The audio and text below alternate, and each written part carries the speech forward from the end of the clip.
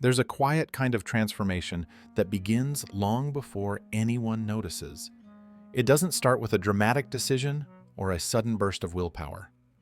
It starts in the softest places, early in the morning, when the mirror is still fogged, when the world hasn't yet asked you to be anything, when your reflection feels like someone you're meeting for the first time. People think change begins with strength, but the truth is quieter. It begins with recognition. It begins with the moment you look at yourself and realize you've been living inside a version of you that no longer feels like home. Not physically, but psychologically. Not in the body, but somewhere deeper, in the places where your habits were once your shelter, in the corners of your mind where your oldest patterns still breathe. Most people don't understand what it feels like to want to change, but feel tethered to the same loops. From the outside, you look functional, composed, maybe even successful. But inside, something has been loosening for years. Something feels misaligned, stretched, tired. You say the right things, act the right way, and perform stability convincingly enough that no one asks questions. But when you're alone, you feel the weight of the parts of yourself you don't know how to carry anymore. You feel the gap between who you pretend to be and who you secretly fear you've become. And despite what others believe, you've tried to change. Quietly, constantly, repeatedly. But old habits don't die just because you want them to. Some habits were built out of survival. Some patterns were formed in moments where you had no safer option. And the truth, the one you rarely admit, is that you didn't choose many of the behaviors you're trying to escape.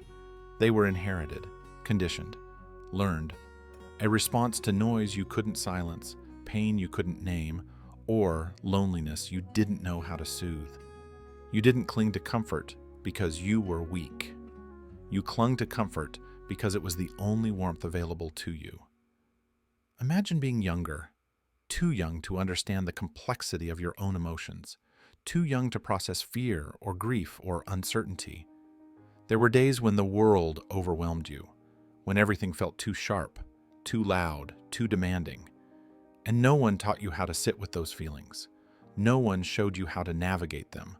So you created your own escape. Maybe it was food, maybe it was screens, maybe it was staying up too late, disappearing into a haze of distraction. Maybe it was a drink, or a cigarette, or anything that softened the edges of your mind long enough for you to breathe again. You didn't call it numbing. You called it survival. You didn't call it coping. You called it just getting through the day. And slowly, almost imperceptibly, the escape became a pattern. The pattern became a habit. The habit became part of your identity, not because you couldn't stop, but because stopping felt like losing the only version of safety you ever knew. People assume you kept repeating the cycle because you lacked discipline. Not because you lacked discipline, but because the thing you were fighting was also the thing that once protected you. They think you were avoiding responsibility.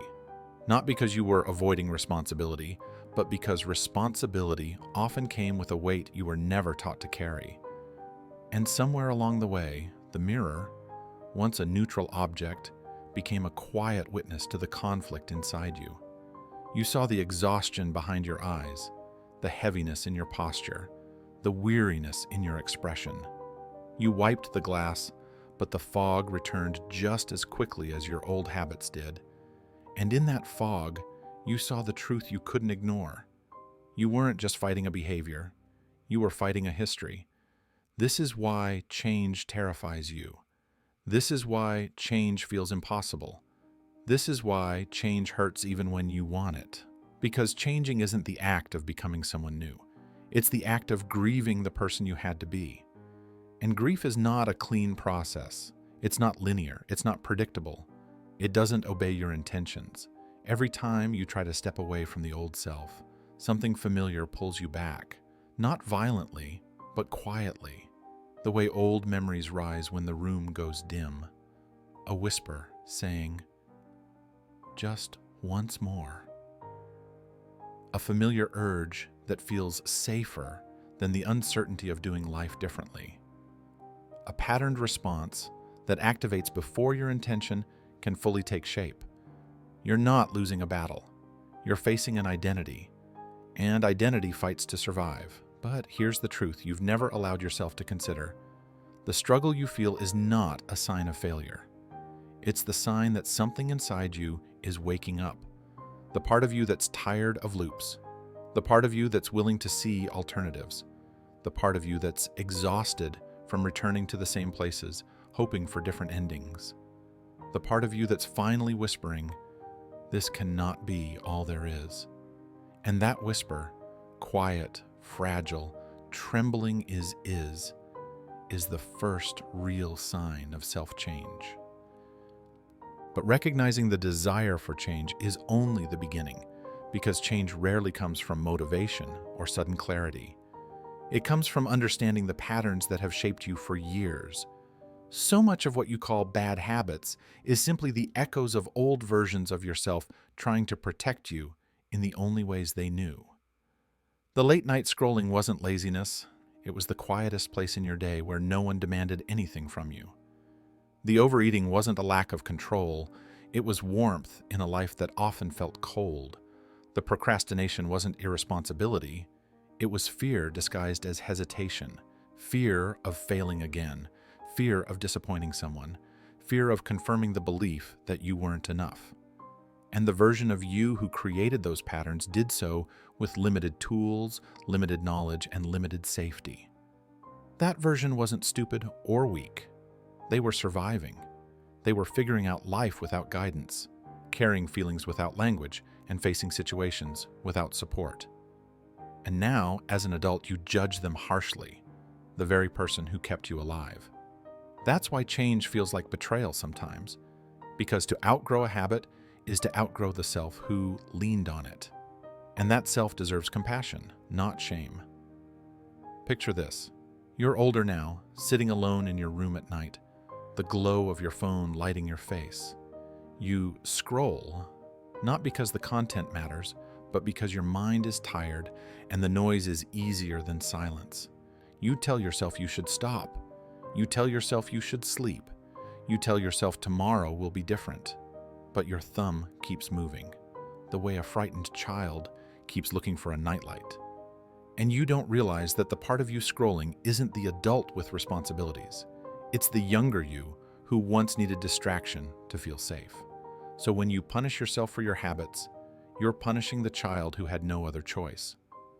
And when you shame yourself for repeating patterns, you shame the version of you who did the best they could with the little they had. Change doesn't begin with fixing the habit.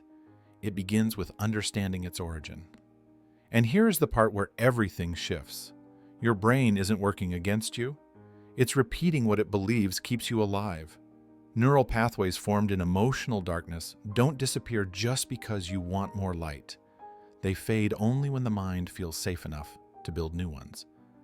That's why self-change often feels slow, confusing, uncomfortable, because your brain is learning to walk in a world without the protections it once relied on. And the fear you feel isn't failure. It's the nervous system waking up to new possibilities. Sometimes you relapse into an old pattern and feel ashamed, but the truth is, relapse is information. It's your mind saying, "I still feel safer in the old room." Sometimes you avoid the task you swore you'd finish, not because you're lazy, but because your mind associates productivity with pressure, pressure with criticism, criticism with childhood. Sometimes you reach for the same comfort again, not because you're weak, but because your body remembers the warmth even when your life has changed. Human behavior is not a moral story, it's a survival map.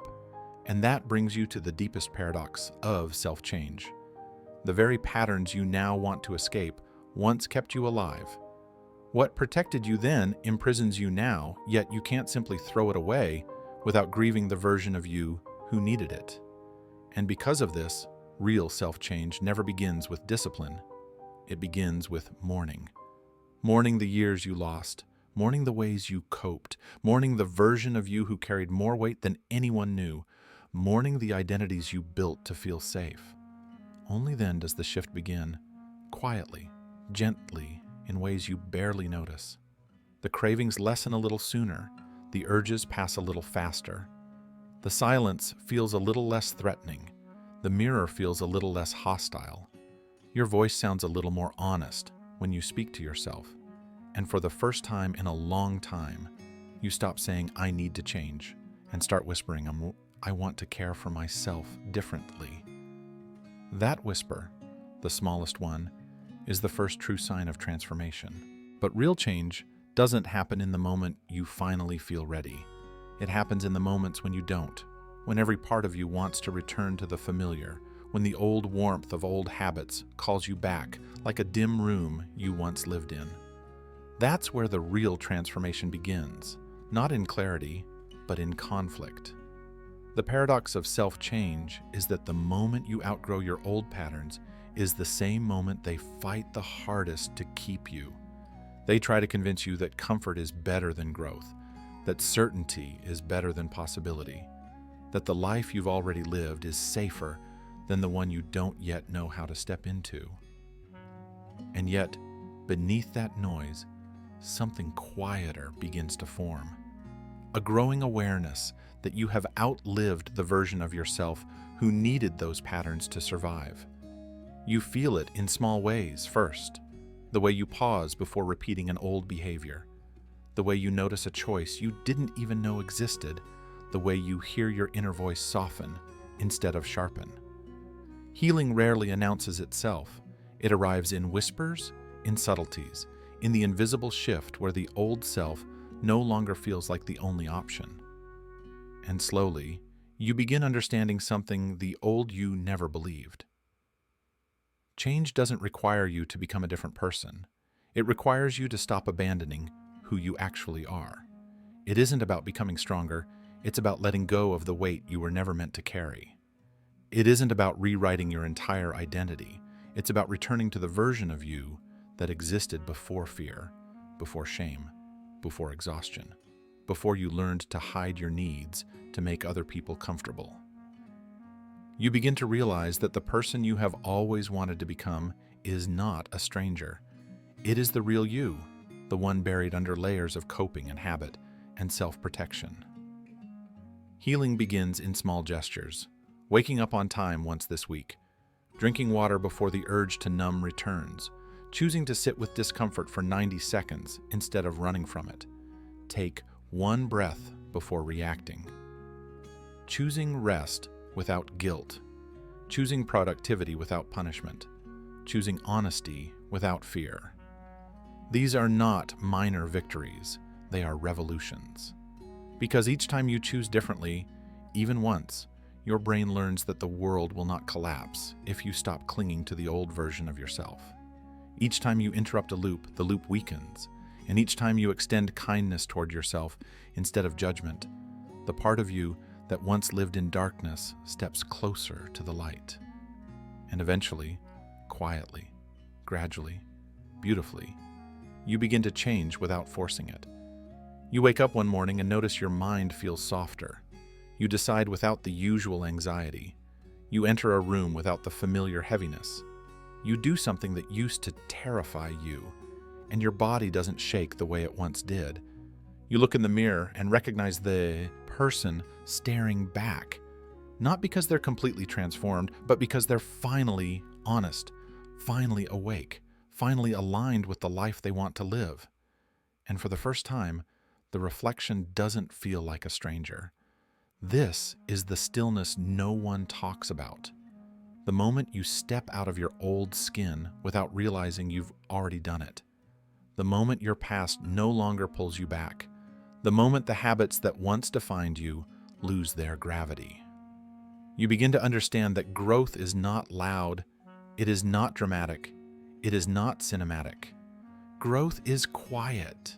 It happens inside the smallest choices, the softest thoughts, the gentlest self-corrections. Growth is when the person you used to be stops fighting for control. Growth is when the real you finally breathes. And then, one ordinary day, something shifts inside you. Not in a grand way, but in a way that feels like a long overdue exhale. You feel a warmth you didn't have to earn. You feel a peace that doesn't depend on perfection. You feel yourself stepping into a future that no longer scares you. You feel the weight of old identities slipping from your shoulders like a coat that no longer fits. And in that moment, you understand something deeply, quietly, profoundly true. You have not become someone different. You have returned to someone honest. You stop forcing change and start allowing it. You stop chasing discipline and start choosing compassion. You stop fighting your old self and start thanking them for getting you this far. You stop running from who you were and start moving toward who you're becoming. And with that shift, soft, steady, almost invisible, you finally feel ready to live your life without apology. Because for the first time, you can see that nothing about you was ever broken. Nothing about you was ever beyond repair. Nothing about your past disqualified you from growth. You were simply carrying patterns that were too heavy for one person to hold alone.